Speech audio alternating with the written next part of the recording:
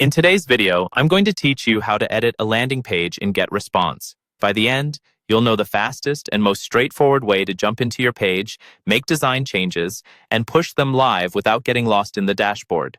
First, once you're logged into your Getresponse account, look toward the top of the screen for the main navigation bar. There, you'll see an option labeled Tools. Go ahead and click on Tools. This is where Getresponse keeps many of its core features, and it's the quickest way to access your landing pages. From the drop-down that appears, select Landing Pages. This will take you to a list of all the landing pages you've already created. On this landing page list, you'll see the names of your pages, along with some basic details. Take a moment to find the specific page you want to modify. If you have a lot of pages, it can help to quickly scan the titles or use any filters or search options available to narrow things down.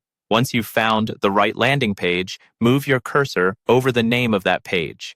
When you hover over it, you'll usually see additional options or icons appear on the right side of the row. On the far right, look for the vertical three-dot icon. This is often referred to as the Actions menu. Click on that three-dot icon to open a small menu of actions you can take for this particular page.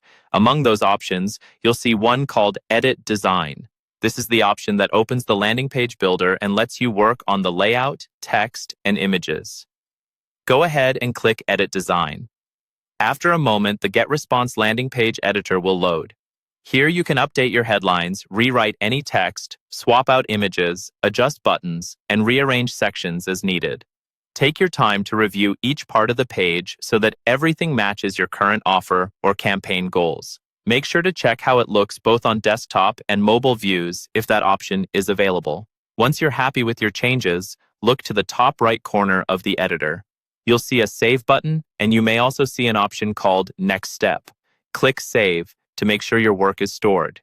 If you're ready to apply these changes to the live version of your landing page, click Next Step and follow the prompts. This will update the live page so visitors immediately see your latest design and content.